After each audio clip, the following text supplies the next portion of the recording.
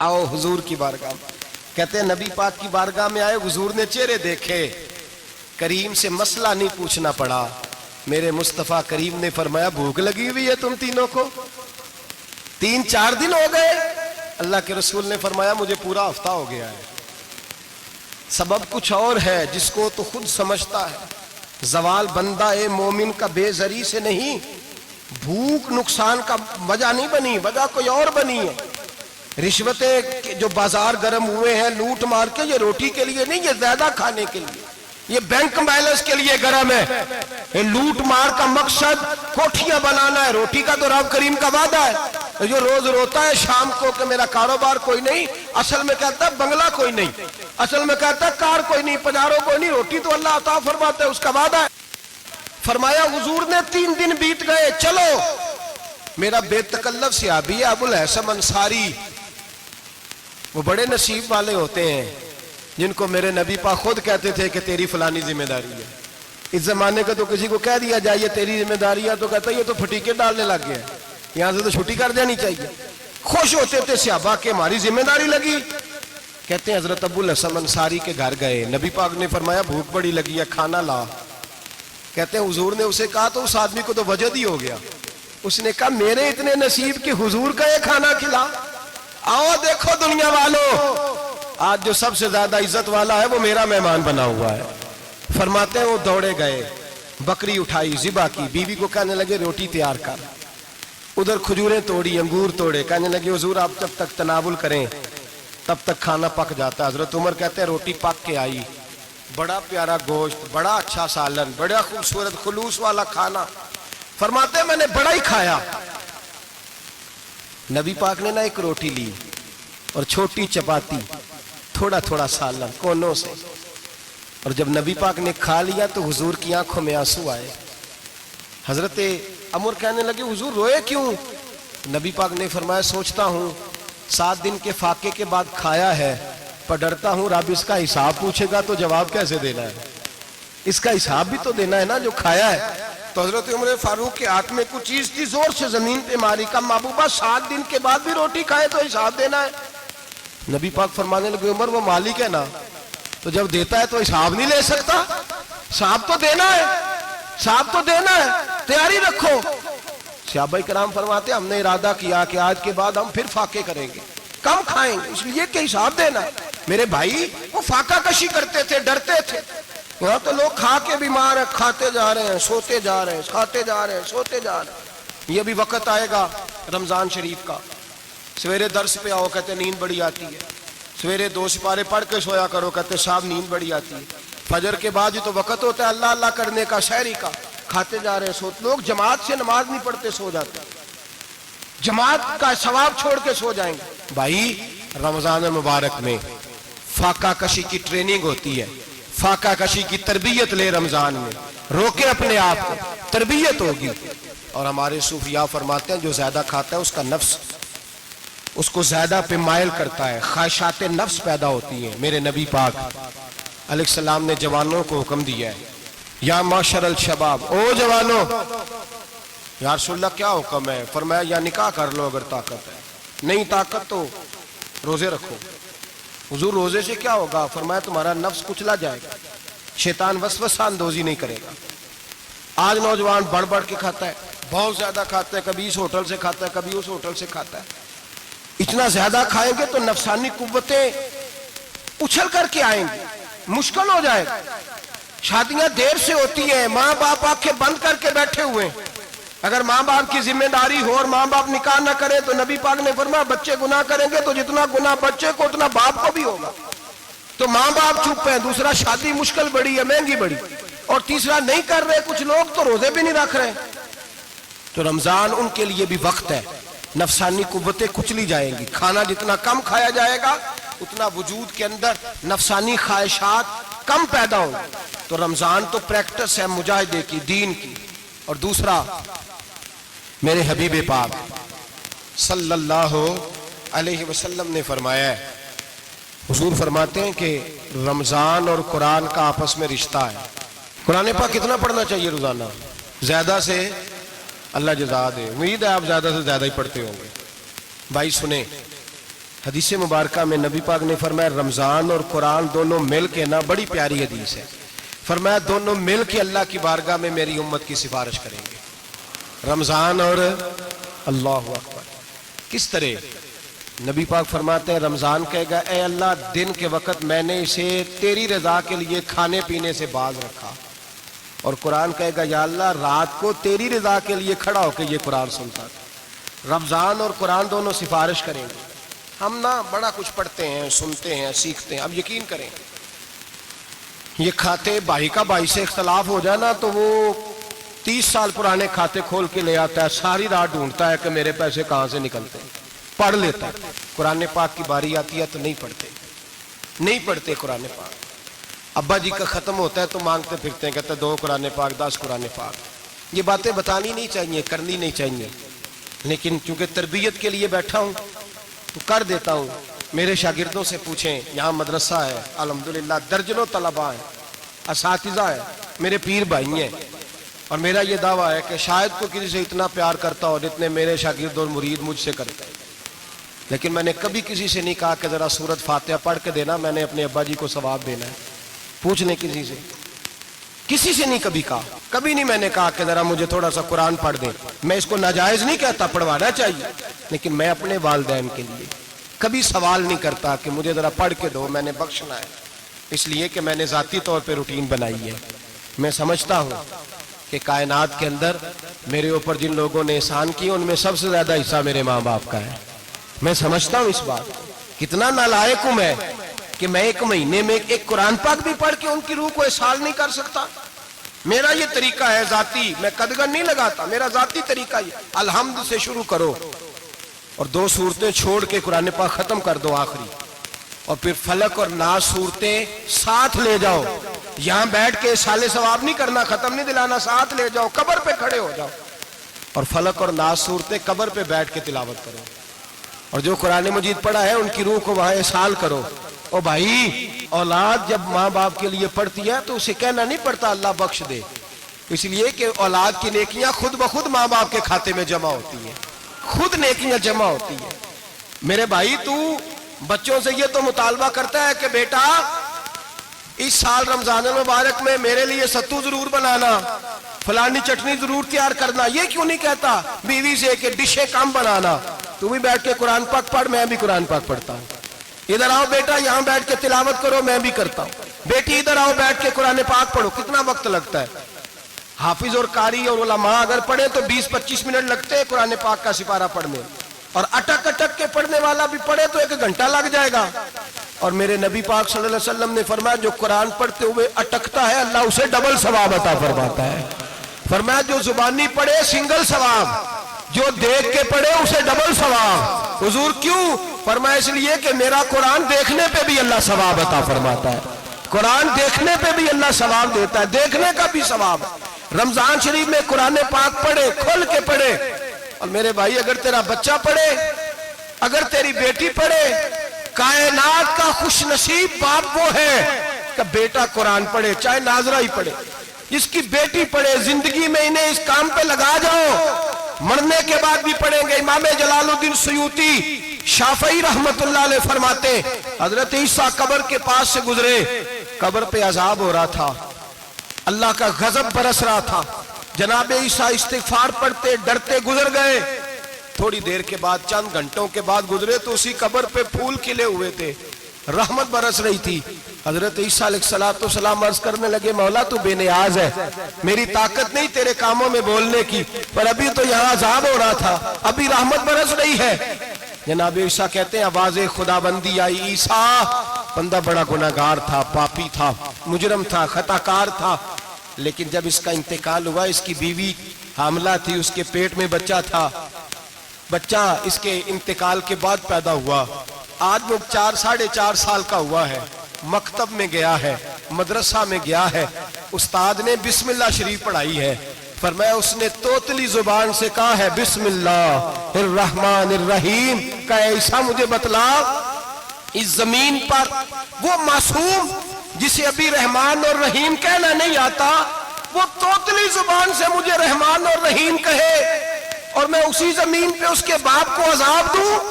فرمایا اس نے ایک بار رحمان اور رحیم کہا ہے، میں نے اس کی باپ کی قبر کو نور سے معمور فرما دیا ہے، نور سے بھر دی ہے قبر، برکت سے بھر دی ہے۔ اللہ کرے میرے بیٹے بھی قرآن پڑھے، اللہ کرے میری بیٹیاں بھی قرآن پڑھے، اللہ کرے ہم سب کی اولادیں قرآن پاک پڑھے۔ لیکن نا امام اعظم ابو حنیفہ رمضان میں 61 قرآن پاک پڑھتے تھے۔ کتنے؟ 60 ٹیک اللہ اکبر۔ ایک قرآن پاک دن میں پڑھتے پورا، ایک رات کو پڑھتے، ایک تراویح میں پڑھتے۔ 61 قرآن پاک امام صاحب پڑھتے۔ آپ فرماتے میں نے چھوڑ دیے سارے وظیفے، میں صرف رسول اللہ کا قرآن پڑھتا ہوں۔ رمضان سارا قرآن پاک، سارا رمضان۔ اب تو عادت ہی نہیں رہی ہمیں قرآن پاک۔ اگر لوگ ناراض نہ ہو تو محفل نعت ہوتی ہے تو تلاوتیں کتنی ہوتی ہیں، اور نعتیں ہم نے ذوق ہی نہیں بنایا، ذوق ہی نہیں بنایا ہم نے تلاوت قرآن کا، اس لیے کہ قراء علماء فقراء ان کو ہم تیار ہی نہیں کر رہے، ہم تو ایکٹر پال رہے ہیں جو پیسے لیتے ہیں نعت خوانی کے، معاذ اللہ۔ او میرے بھائی، کیا قرآن میرے نبی کی نعت نہیں؟ حضرت عائشہ صدیقہ رضی اللہ تعالیٰ عنہ کے پاس صحابہ گئے، کہنے لگے اماں جی ہمیں نبی پاک کا اخلاق بتلائیں۔ اماں جی کہنے لگی جاؤ جا کے قرآن پاک پڑھو، کالا خلقہ القرآن، سارا قرآن میرے نبی کے اخلاق کا انعام ہے، یہ ساری نعت ہے، یہ ساری نعت ہے۔ اس نعت کو سننے لوگ کیوں نہیں آتے؟ اتنا راش میں اپنے نعت میں اتنا تراویح پہ کیوں نہیں ہوتا؟ اور ملت کا جوان یاد رکھے، بوڑھے تراویحاں پڑھتے ہیں، ضعیف تراویحاں پڑھتے ہیں، گھٹنوں میں درد ہے تراویحاں پڑھتے ہیں، بیمار بوڑھے تراویحاں پڑھتے ہیں، جوان وہاں چوک میں کھڑے۔ کیا جوانی اس لیے ہے چوکوں میں کھڑا ہوا جائے؟ کیا جوانی اس لیے ہے کہ سعودی عرب جانے کے لیے پاسپورٹ بنانا ہو تو 2.5 گھنٹے کھڑا رہے؟ تو شناختی کارڈ کے دفتر تو کھڑا رہے، پروٹیکٹر کے لیے کھڑا رہے، کافروں کے سامنے کاسا لیسی کرنے کے لیے تو کھڑا رہے، تو نوکری پہ جائے تو ساری رات کھڑا رہے، اور تو قرآن کے لیے کھڑا نہیں ہوتا؟ میرے محبوب نے فرمایا من قام ایمانا و احتسابا غفر له ما تقدم من ذنبه، فرمایا جو رمضان المبارک میں اللہ کی رضا کے لیے گناہوں کی معافی کے ارادے سے قیام کرے گا، راتوں کو عبادت کرے گا، اللہ اس کے پچھلے سارے گناہ معاف فرما دے گا۔ نوجوان ارادہ کریں، پروگرام بنائیں کہ انشاءاللہ قرآن پڑھنا بھی ہے، قرآن پڑھوانا بھی ہے، سننا بھی ہے، اور انشاءاللہ بولیے سننا بھی ہے اور پڑھنا بھی ہے اور پڑھانا بھی۔ مت کریں، دلیری کریں، آ کے کھڑے تو ہو، اللہ توفیق عطا کرے گا۔ پہلی بات یہ کہ روزہ رکھیں، دوسری بات یہ کہ قرآن پاک کی تلاوت کریں، اور روزہ رکھیں تو روزے کے سارے حسن سمیت اسے رکھیں۔ نبی پاک نے فرمایا رمضان غمخاری کا مہینہ ہے، غمخاری کریں۔ ہمارے زمانے میں 2 قسم کی تکلیفیں ہیں، ایک تو غریب آدمی، اس کا حال یہ ہے کہ وہ مانگتے ہی گزارا کرنا چاہتا ہے، اس نے ہاتھ یوں کر لیا ہے تو اب اس کا یوں ہونے کو تیار نہیں۔ ضرورت اگر کسی آدمی کو کسی دروازے پہ لے جاتی ہے تو برا نہیں، لیکن سوال کا اپنے اوپر دروازہ کھول لینا یہ ٹھیک نہیں۔ فاقہ کشی پیدا کریں، حوصلہ پیدا کریں، تھوڑے پہ گزارا کرنا سیکھیں۔ غریبوں کو بھی اجازت نہیں کہ وہ نکل کھڑے ہوں میدان میں مانگنے کے لیے، ٹولنیاں نکلتی ہیں رمضان میں، جتھے نکلتے ہیں خیرات کٹھی کرنے والے، بچیں۔